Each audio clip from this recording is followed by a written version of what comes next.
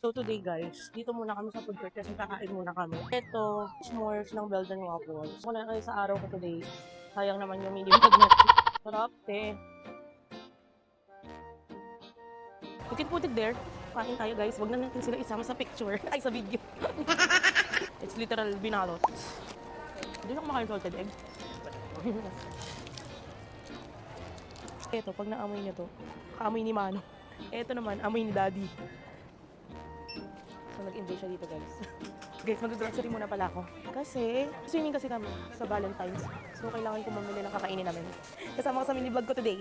Ewan ko kung ano yung bibilin pa namin. So, eto, bumili ako ng may pansit canton dyan. Ay! Epal talaga. So, eto na nga. So, talaga mga binili ko mga chichirya, mga ate ko. Ready na ang pulutan. So, guys, ayan na. Prepare pa.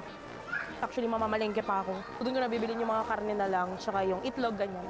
Tingnan nyo guys, ano ba ibig sabihin yan? Ba't ako lang meron? Sila wala. Sa amin, 50 yung nasa iyo. Dalawa lang yung kay Oo, meron si kuya. Dalawa.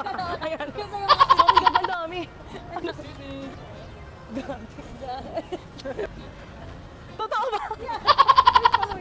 Ano yan? Guys, huwag niyo isipin mabaho ako. May basurahan kasi dito. Nag-transfer na siya kay kuya.